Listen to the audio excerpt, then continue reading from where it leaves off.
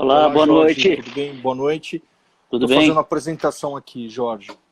Beleza, eu ouvi. É, Vambora. Então, hoje a gente tem mais uma conversa aqui dentro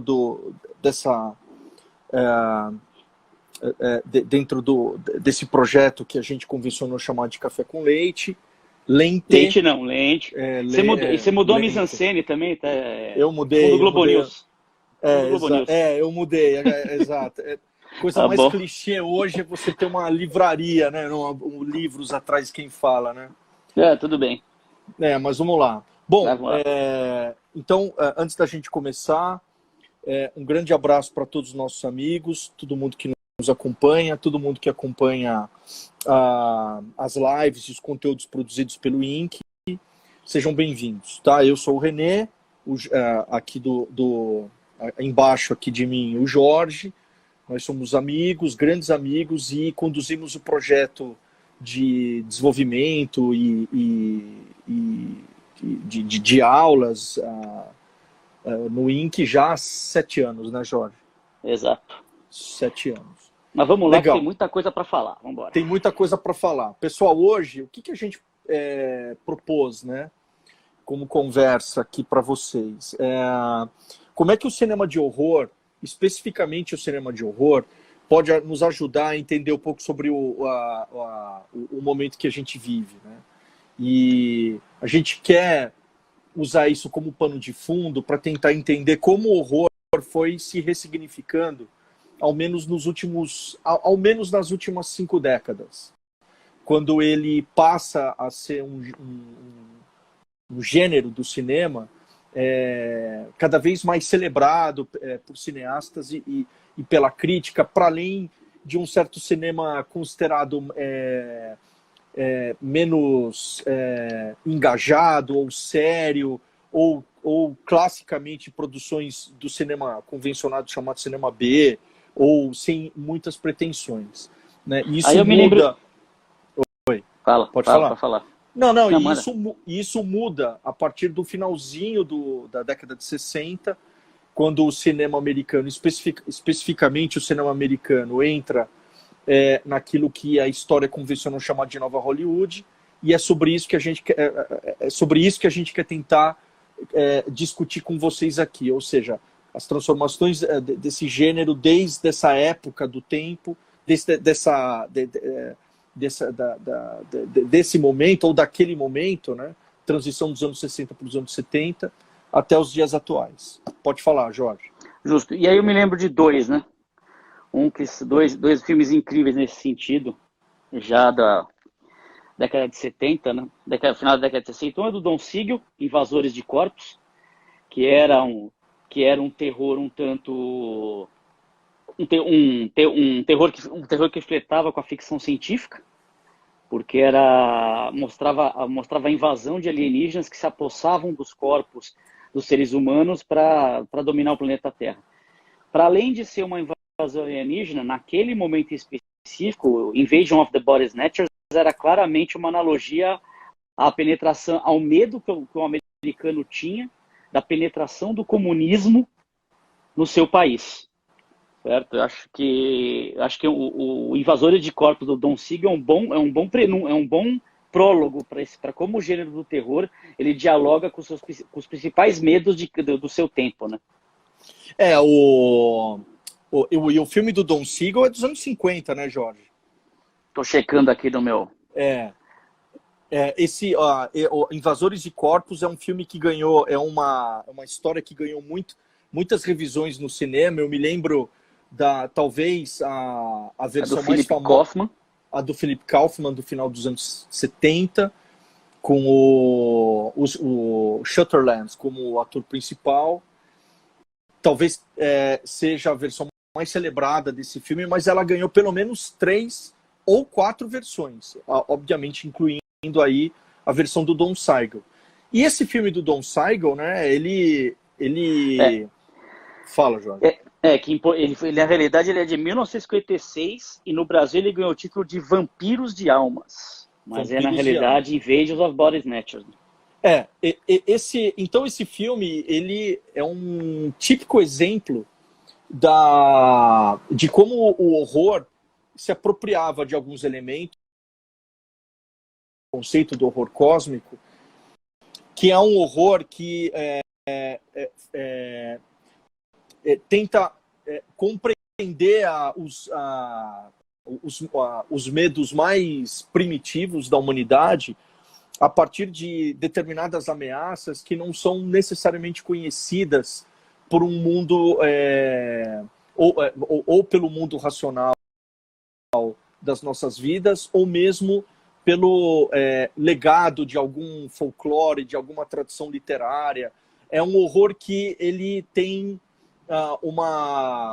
ele estabelece uma relação, eventualmente, com outras civilizações, outras galáxias, e eles mudam a forma como as pessoas se relacionam com o meio onde elas vivem, né?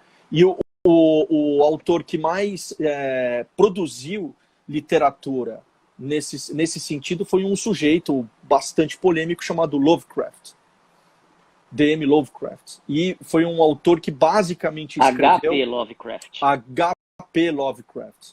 Foi um autor que basicamente escreveu sobre esse tipo específico de terror e de como ele se mostrava muito mais assustador, porque ele não tinha uma relação de causa e efeito direta para poder assustar ou assombrar a humanidade, né? Diferente de um monstro da literatura clássica, simplesmente uma gosma qualquer vem do espaço. Não falo especificamente ao filme do Don Siegel, mas a vários outros, e eles subvertem a ordem comum, né? Mas ainda que era destinado para ser reproduzido em drive-ins ou em cinemas não aqueles reservados para as grandes produções, aos grandes lançamentos do ano. Concorda, Jorge? Concordo. Mas o Vampiros de Almas, do Don Siegel, né?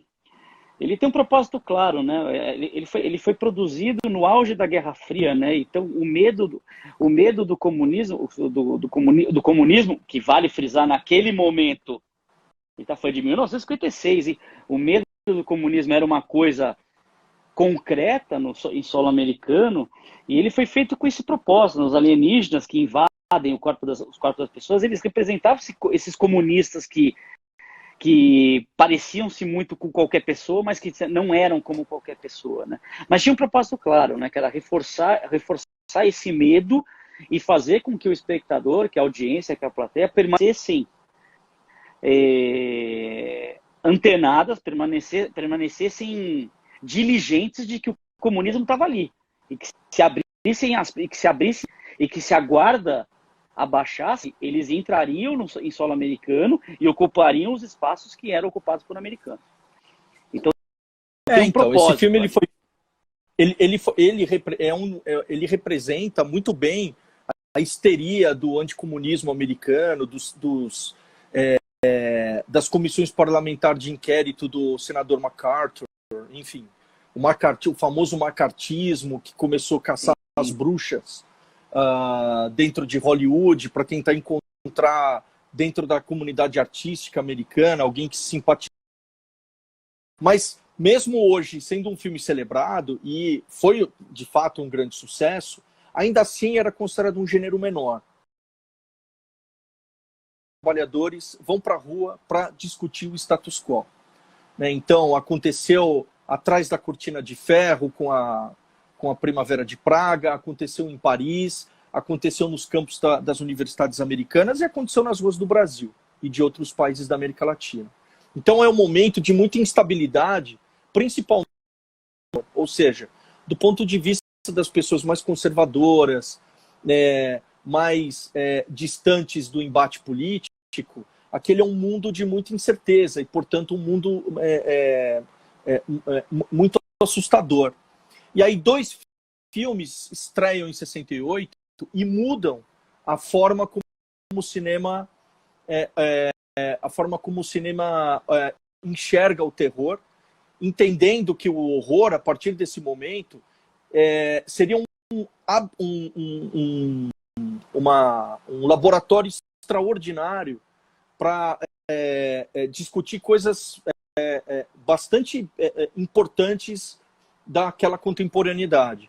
E esses dois filmes de 68, Jorge, eu vou dizer aqui quais são eles, e depois eu abro para você discutir ambos. A gente vai conversar um pouquinho sobre eles. Um é o clássico do Romero, A Noite dos Mortos-Vivos, e o outro, O Bebê de Rosemary, de Polanski. Né? O que você fala sobre os dois, Jorge? Ai, cara. Bom, o Jorge caiu, gente. Eu não vi aqui. Fico aqui, faço sozinho, então, até ele chegar. Então em 68, pessoal, esses dois filmes estreiam, filmes completamente diferentes, dirigido por pessoas completamente diferentes. O Romero tinha uma trajetória de vida completamente diferente de Polanski, né? Mas foram dois filmes que europeia, estadunidense ou europeia, né? Então, os fundamentos da sociedade de massas, né? Da sociedade do consumo de massas. Ô Jorge, cadê você, meu amigo? Bom, gente,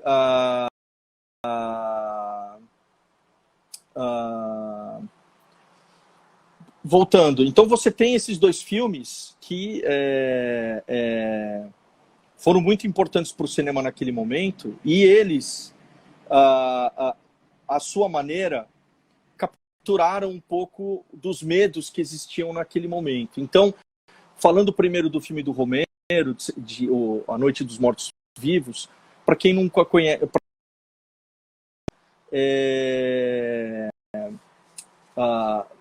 ele dedicou a maioria da sua cinematografia para filmar as tensões de classe a partir da perspectiva do universo zumbi, né?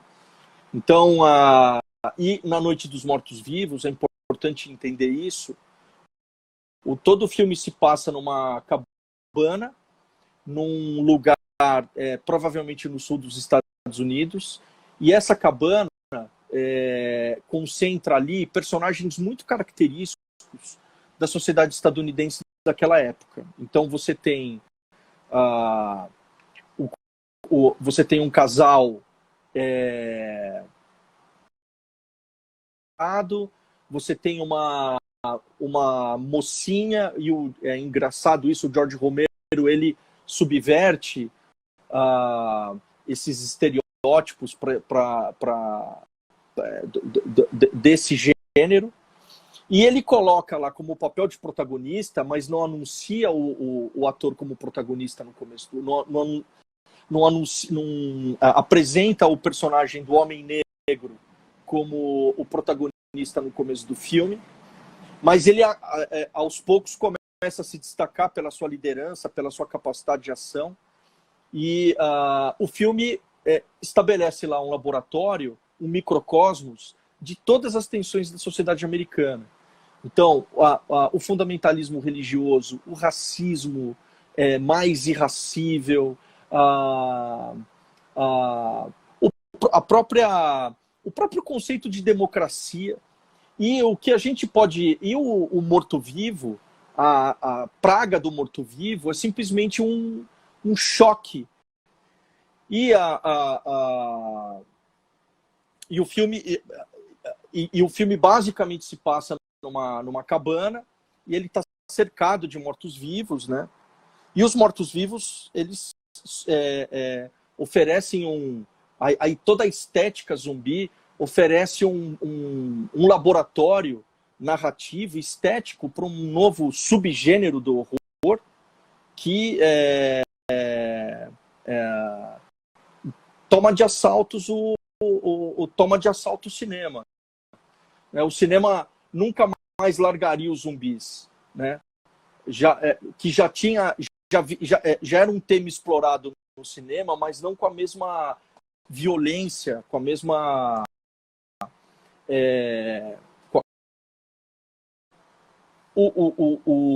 O George Romero faria ainda pelo menos 5 ou 6 filmes sobre o mesmo tema. Alguns anos depois, ele filmaria Dawn of the Dead, em 74, 75, e o filme, engraçado, ele se passa num shopping center. De novo, o ocaso da nossa civilização, e alguns sobreviventes se escondem num shopping center e os mortos-vivos ficam do lado de fora.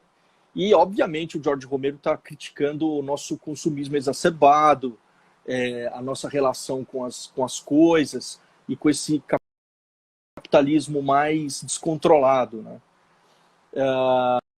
E foi uma produção muito barata, é uma produção que deve ter custado alguma coisa como $15 investidos na produção do Bebê de Rosemary, que é um outro grande lançamento do cinema de horror daquele ano, dirigido pelo Polanski, que já era um cineasta premiado, já era um cineasta que gradativamente conquistava o seu espaço em Hollywood, e ele faz um filme soturno, um horror psicológico sobre uma mulher que tem em tese um casamento perfeito, isso olhado sobre a perspectiva sob o ponto de vista de uma família tradicional, né? E ela mora num grande apartamento em Nova York, e ela tem gradativamente o filme vai construindo a sensação que ela está cercada por um plot, por um pacto que ela não sabe exatamente descrever ou definir a evolução da trama, que aquele plot, na verdade, é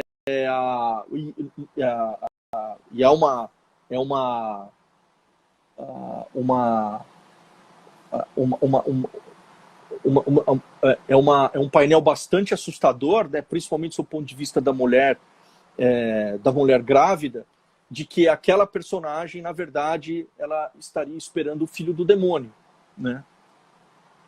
E o filme ele avança e se desenvolve, e cada vez mais a personagem se vê cercada e sem caminho, e sem escapatória, né? Isso isso representa um pouco a temática, ou, para além disso, o ambiente que envolve a origem da própria Nova Hollywood. Ou seja, não necessariamente vai oferecer caminhos e resoluções fáceis para os conflitos dos homens. O Bebê de Rosemary foi um filme que marcou uma época, e o que já tinha sido iniciado lá pelo George Romero com A Noite dos Mortos-Vivos é sacramentado pelo filme do Polanski, que concorre a prêmios, concorre a prêmios importantes na Europa, e mesmo o Oscar daquele ano. E esse gênero, a partir daí, ele teria uma outra importância, tanto sob o ponto de vista dos interesses do estúdio, né, quanto do público. E é um gênero que gradativamente começa a atrair pessoas, diretores, roteiristas e atores cada vez mais celebrados, porque também encontram que existe da parte do público um desejo por esse tipo de história, de filme, e também pelo potencial dramático, pelo potencial histórico desse tipo de cinema.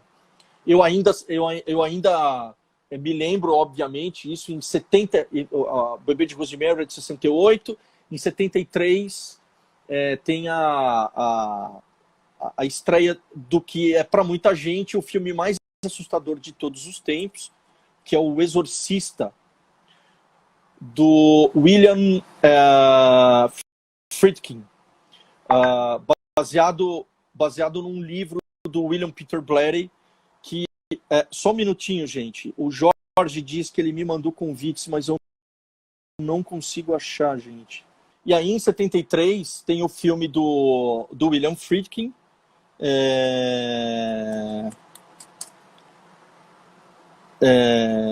Peraí. Só um minutinho. Em 73 tem o filme do Friedkin, O Exorcista, que para muita gente é o filme mais assustador de todos os tempos. É um filme que se torna a maior bilheteria daquele ano. Gente do céu, só um minutinho.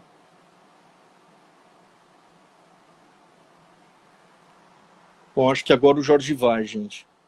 Bom, aí o filme se torna a maior bilheteria. Ô, Jorge, meu Deus do céu. Pronto, vai, vamos lá. Eu já avancei, eu já tô no Exorcista já. Beleza. Aí, gente, eu já vou passar a palavra pro Jorge, que eu já falei muito aqui. Então, na década de... então, assim, desculpa. Quando que de 68 para 73 testemunhou o assassinato do Bob Kennedy, testemunhou o assassinato do meu Deus do céu, do Pastor King, Martin Luther King. do Martin Luther King. O Malcolm X já tinha sido assassinado alguns anos atrás.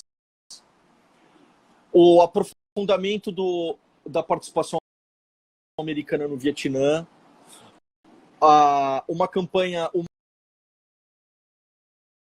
Nixon, que é conservador, que joga a sociedade americana num discurso que seria depois melhor estruturado durante os anos Reagan, ou seja, um discurso de maior eficiência econômica, mais meritocracia, um discurso de afastamento de pautas mais progressistas. Então, assim, e o mundo vive também uma crise econômica muito grande, causada pelo choque do petróleo, por conta da guerra do Yom Kippur de 73, no Oriente Médio, e os países árabes como uma medida punitiva a Israel bastante a produção do petróleo, aumentando muito seu preço e provocando uma escassez no Ocidente. Então, o Friedkin lança na tela o demônio. E algo que o Polanski já havia feito em 68 com o Bebê de Rosemary. E o demônio é o vilão, é a típica ameaça que, sob o ponto de vista psíquico, abraçava todos os medos e angústias das pessoas daquela época. Uma época pautada por um nível de novo, uma incerteza muito grande, uma falta de expectativas muito grande, um momento de pessimismo. E aí a figura demoníaca, isso acaba sendo consumido em reportagens de jornais e televisão. Os anos 70 eles celebraram muito esse tipo de temática. Fala um pouco, Jorge. Eu acho que há uma transição aí, né? Há uma transição aí que vai até o Exorcista, e em que o mal retratado no cinema de horror, ele é um mal absoluto, né? Ele é um mal que transcende as nossas existências e ele é, por definição, e ele é, por essência, maligno. E isso a partir do Exorcista, e aí eu acho incorporado na figura de uma criança inocente. De uma criança inocente. E é aí que eu acho que torna a coisa mais assustadora. Né? Porque o mal ele pode ocupar qualquer... O mal ele pode estar presente em qualquer um. Mas a partir do Exorcista, eu acho que o cinema de horror ele sofre essa guinada, e ele sofre uma guinada ainda maior, e ele passa e o mal passa a ser outro. O mal não é mais um mal absoluto, abstrato. O mal ele é um comportamento. O mal ele é o conservadorismo. O mal ele é o símbolo de algo de algo que está ao nosso redor e que ninguém percebe o quão mal ele é. E aí um bom exemplo disso, mas ele representa algo muito maior, que é o conservadorismo da sociedade americana do período, que não lida bem com a sexualidade, não lida bem com a sensualidade. E aí eu acho que a partir do Halloween, o gênero de horror ele ganha mais símbolos, mais camadas de interpretação, que vão culminar no Midsommar, que a gente viu recentemente. O que você acha, Renê? Eu acho que você deu um salto muito grande, assim. Vamos tentar reconstruir aqui esse caminho. De fato, os anos 70, ele trabalha muito com a perspectiva de dois grandes maus. Né? O primeiro, o mal através do fenômeno demoníaco, e o segundo mal através que é um outro... se dá também como fenômeno cultural, de fenômeno de massas, em especial nos Estados Unidos, que é a assunção do conceito de psicopata. Né? Naquele momento, na transição dos anos 60 para os anos 70, a literatura policial e psicológica ela começa a fazer uma espécie de... ela começa a construir o conceito do psicopata inteiro, e o interesse pelo público é genuíno, os assassinos, os psicopatas se tornam personalidades. O Charles Manson se torna uma personalidade quando é responsável direto pelo assassinato da esposa do Polanski, pela Sharon Tate, que o Tarantino tenta mudar a história no último filme dele. Então, esses dois fenômenos vão meio que estabelecer a pauta do cinema de horror americano durante todos os anos 70. Então, me lembro de Quadrilha de Sádicos, do Wes Craven, a Texas Chainsaw Massacre, do Tobe Hooper, de 74, que são filmes que têm uma camada de crítica social muito grande ali. Ou seja, são pessoas, no caso da família de psicopatas, do filme do Tobe Hooper, né, o Massacre da Serra Elétrica, de pessoas que não foram absorvidas pelo progresso material pós-Segunda Guerra Mundial. Né? Ou mesmo os filmes do 76 ou 77, através do filme do Richard Donner, Profecia, e aí, de fato, a gente entra no filme do Carpenter, que, se não é o primeiro filme do subgênero chamado slasher, certamente é o mais famoso. Fala mais sobre ele, Jorge. Não, eu acho que o Halloween teve N sequências, né? Teve infinitas sequências. Mas o primeiro ele é um grande... Todas muito menores em qualidade do que o filme do Carpenter. Sim, mas até a sequência 4, se não me engano, ainda é ele que dirige. Mas é que a pegada que ele quis dar pro Halloween de 76 é bem diferente do que ele quis dar pro outro. Porque aí, tudo bem, a gente vai fazer uma elipse temporal muito grande para os anos 80, mas o que ele quis fazer em Halloween foi uma crítica social em outros filmes do gênero. Mas ele quis se apropriar dessa figura do serial killer para personificar algo que ele gostaria de criticar naquele momento, naquela sociedade. Então, o serial killer é mais do que um serial killer. Ele é uma crítica social ferrenha à sociedade americana da década de 70. Que aí, como isso aqui é um fluxo de ideias, né, uma coisa meio odisseia, caótica, meio caótica, vai ser apropriada vai ser ressignificada nos anos 80 por uma coisa conservadora. Porque essa estética, esse gênero do slash movie que ganha força com o John Carpenter no Halloween, essa estética é apropriada, é ressignificada e apropriada nos anos 80 para virar uma crítica ao progressismo. O cinema de horror nos anos 80, ele deixa de ter essa pegada contestadora de valores sociais e passa a ter uma pegada de ressignificação dos valores conservadores. Sexta-feira 13, do outro serial killer famoso do cinema, o Jason, ele não é um cara, ele é um cara conservador, porque ele só mata a gente que transa.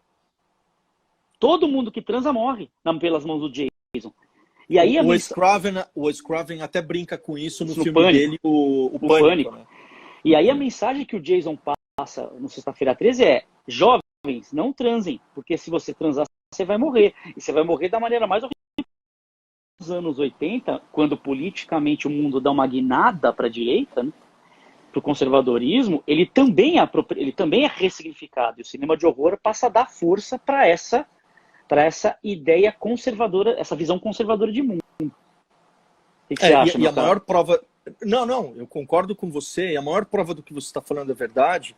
É que e aí, de novo, faço uma referência a um outro grande filme do Carpenter chamado A Coisa, The Thing. Ou o título que ele ganhou no Brasil foi O Enigma do Outro Mundo, com Kurt Russell. Sim. Tem em várias plataformas. O Enigma do Outro Mundo. O Enigma do Outro Mundo. Que é de novo, é um remake de um filme dos anos 50 chamado, se eu não me engano, Lost in Arctic, que também explora a paranoia do anticomunismo, né? Tava muito o confronto à União Soviética, mas a própria existência da esquerda dentro do espectro político. Inclusive fora da União Soviética. Então, é um momento de conservadorismo, é um momento de forte embate social. Um cinema mais mainstream captura esse espírito do tempo e começa a produzir conteúdos cada vez mais antenados com o reaganismo. Mas o Carpenter, o que se espera, o que na verdade é típico de um grande artista, ele produz um filme que hoje é considerado um jovem clássico, que vai exatamente na contramão, onde ele denuncia esse tipo de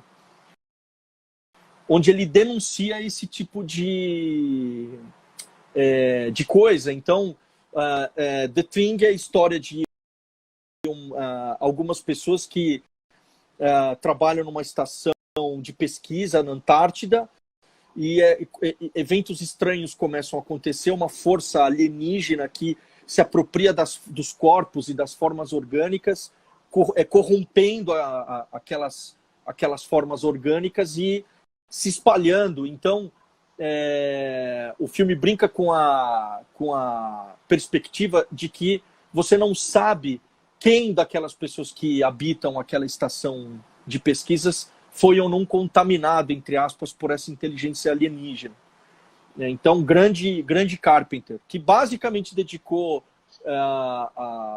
toda a sua filmografia para filmar o horror, em diferentes matizes. Mas e aí, Jorge? Aí a gente tem esses anos 80, o demônio meio que ficou para trás, o horror se volta muito de novo, né, para a questão do psicopata, do slash movie. E aí isso pega os anos 80 e 90. Você tem algum filme importante para destacar desses 20 anos? Cara, eu gostaria, tem vários, né? Apesar de eu ter minhas ressalvas com Sexta-feira 13, eu gosto de basicamente todos até o sexto. Eu acho que ele é uma boa diversão. Mas você tem o horror que faz dar risada, né? Hora do Espanto, onde o vampiro é o vizinho do menino e ninguém acredita que ninguém acredita no menino. O menino já viu o vizinho atacar todo mundo, mas ninguém acredita que o vizinho é um vampiro. Mas agora eu lembrei de outro dos anos 80 que eu gosto muito. Lost Boys, Garotos Perdidos, o Kiefer Sutherland. Então, isso é uma coisa que eu... Oi, Lost pode falar. Boys, fala. Lost Boys eu acho incrível. Não, é que assim, um fenômeno também dos anos, da transição dos 70 para 80, é a redescoberta do vampirismo como um tema a ser explorado, né? Então, em 1979, tem uma produção do John Badham, chamado Drácula, poxa vida, como chama aquele ator super importante, Jorge? Eu tô com a cabeça tão... Poxa vida, o Alec Guinness, meu Deus. O Alec Guinness no papel Obi-Wan de... Kenobi, pô. Não, o Obi-Wan Kenobi, exatamente. O Alec Guinness faz o papel do Van Helsing, né? E nos anos 80 você tem uma estética que a gente fala muito isso nas nossas aulas de cultura fílmica, que é a questão do maneirismo, né? De como os diretores precisam incorporar luzes e movimentos de câmera e uma trilha sonora estilizada e uma fotografia estilizada para poder representar os seus ambientes. E aí eu me lembro muito de um filme do Tony Scott chamado Fome de Viver. Fome de Viver, com a diva Catherine Deneuve. E com David Bowie. E Susan Sarandon. E Susan Sarandon, exatamente. Então, é legal você falar de Fome de Viver, porque ele dialoga diretamente com Lost Boys, que eu falei agora há pouco. Porque essa ideia... Por isso que eu estou falando isso. É essa ideia da humanidade que tem a pretensão de ser imortal.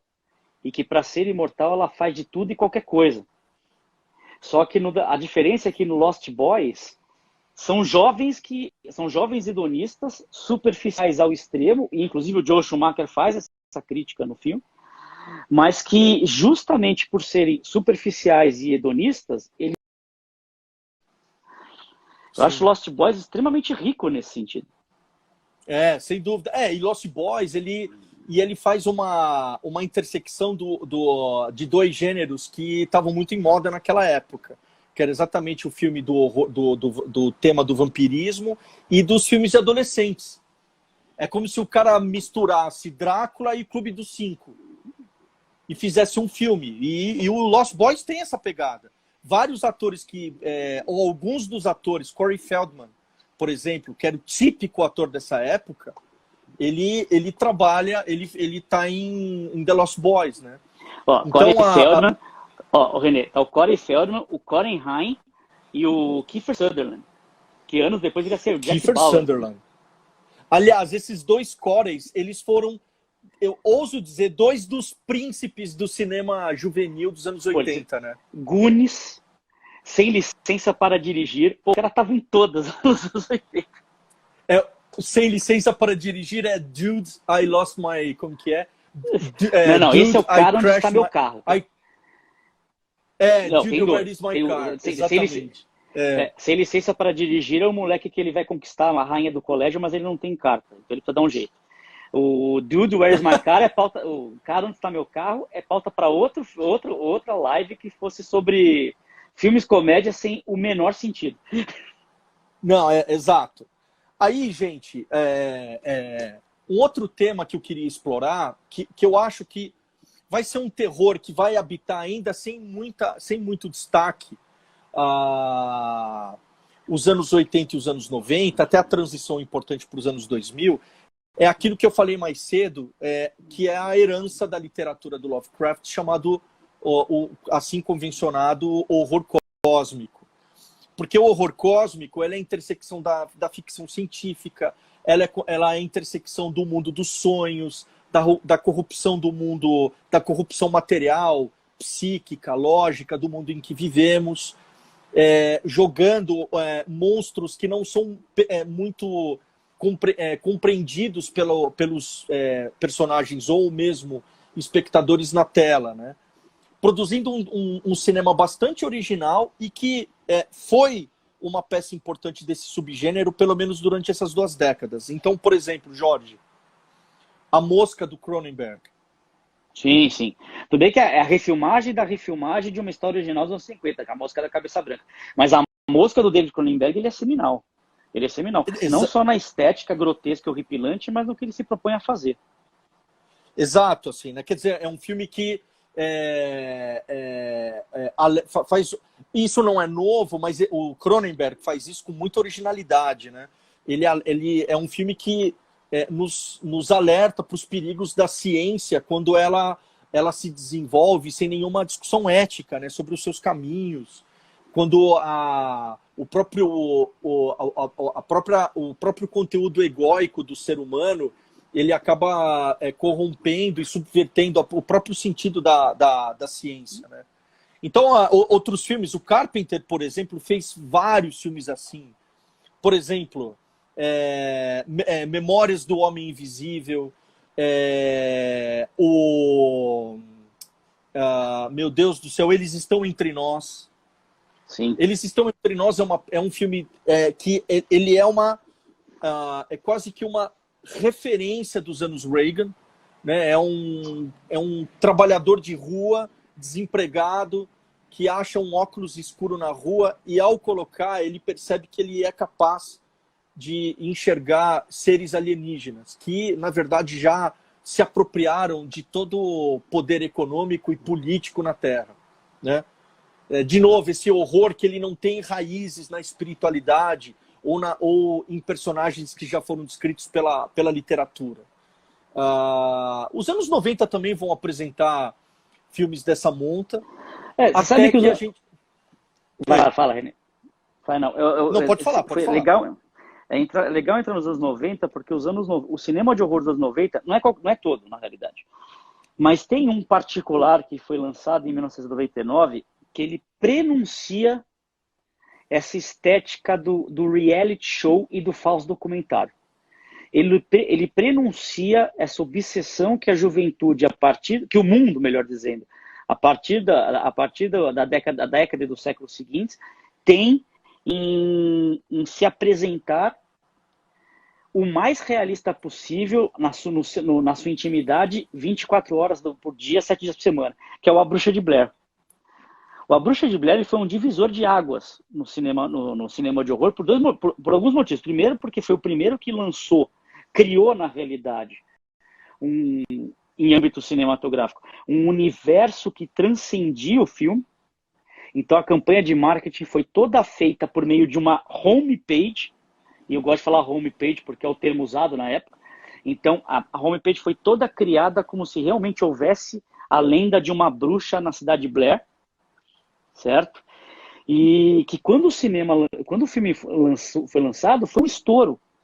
Mas mais do que a campanha transmediática que o Bruxa de Blair fez, ele é relevante porque ele antecipa ela antecipa essa obsessão que o mundo tem de retratar a sua intimidade sem nenhum tipo de corte 24/7, que depois virou Big Brother, depois virou esses reality shows que a gente vê por aí.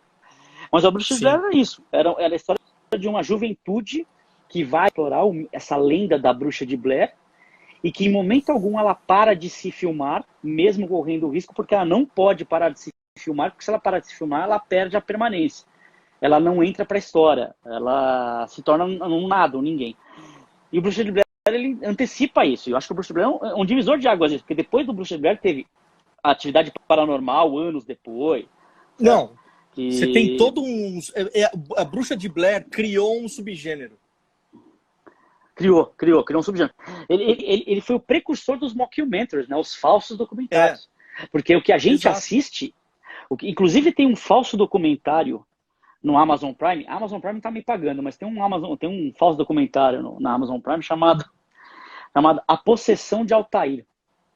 É um filme mexicano que segue a mesma... de 2013, 2014, que segue a mesma lógica da Bruxa de Blair. Então ele é um falso documentário. Só que ele tem uma coisa, como ele se passa nos anos 70, ele é filmado com a estética dos anos 70 e com os efeitos de câmera dos anos 70. E então ele agrega os mockumentaries que foram lançados pelo Bruxa de Blair, essa necessidade que o indivíduo tem de ter a sua intimidade devastada para se permanecer em evidência, e ainda dialoga com esse horror cósmico.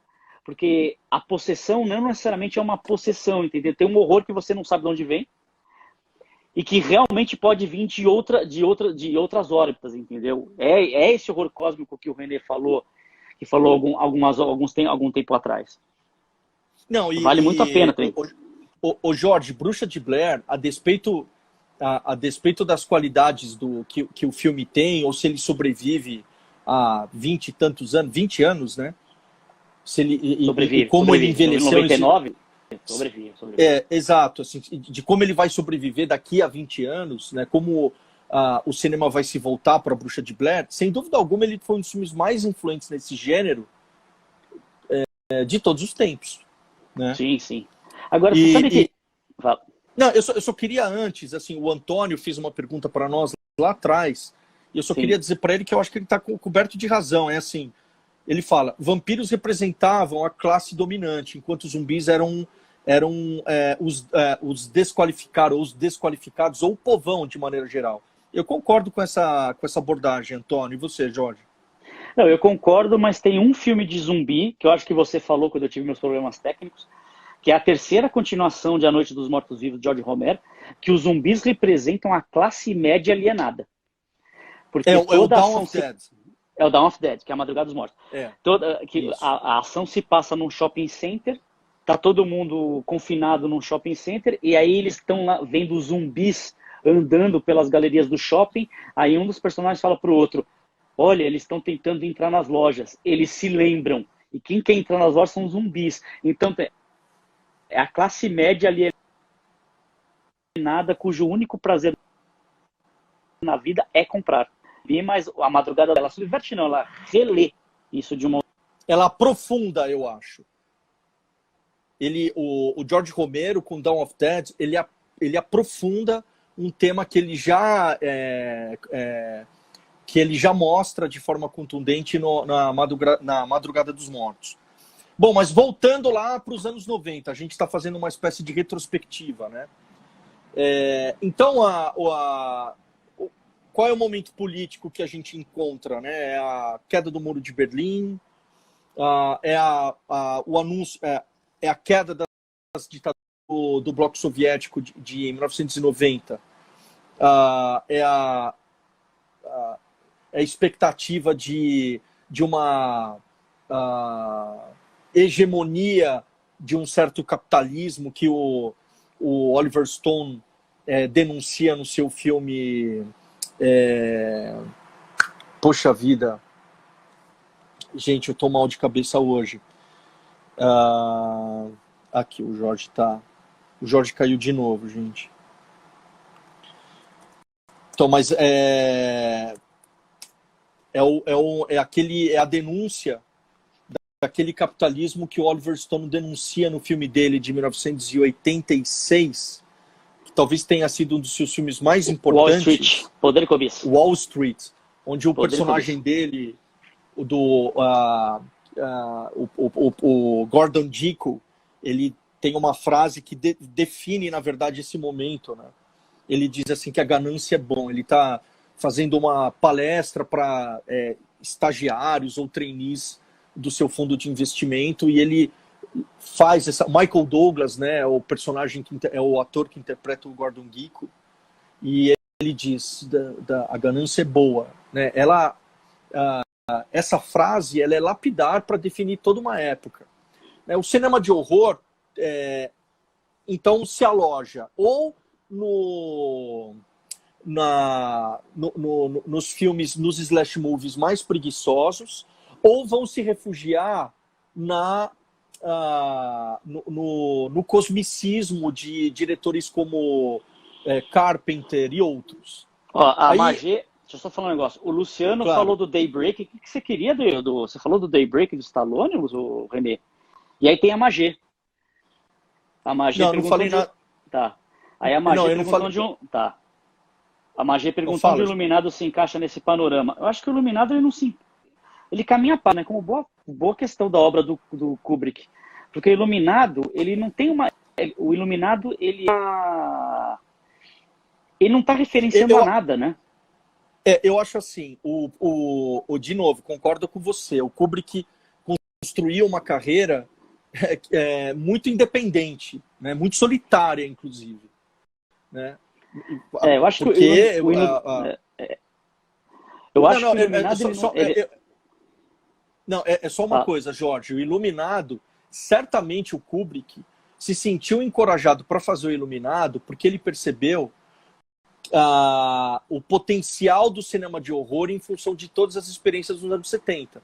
Isso é verdade. Mas é que quando ele usa o Iluminado do Stephen King, a obra do Stephen King, eu não sou um profundo conhecedor da obra dele, admito, mas daquilo que eu conheço, dos livros que eu li, o mal na obra do Stephen King, à exceção de Carrie, a Estranha, todos eles são o mal absoluto. É o mal na acepção mais crua e da palavra. É o mal que dialoga com o paranormal, é o mal que vai dialogar com as profundezas do inferno. Então, o Iluminado não está fazendo uma crítica a nada. Quando muito, você pode estar fazendo...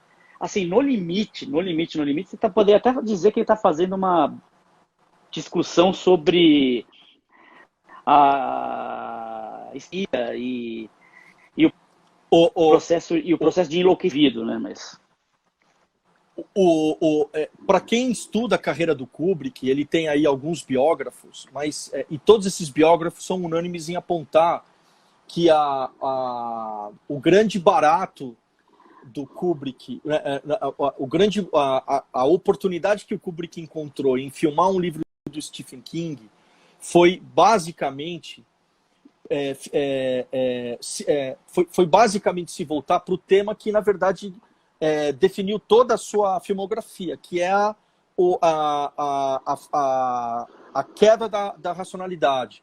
Né? Sim. O Kubrick basicamente filmou o esgotamento da racionalidade, seja através da guerra como um resultado do fim da racionalidade, seja através de 2001, que mostra os limites da racionalidade.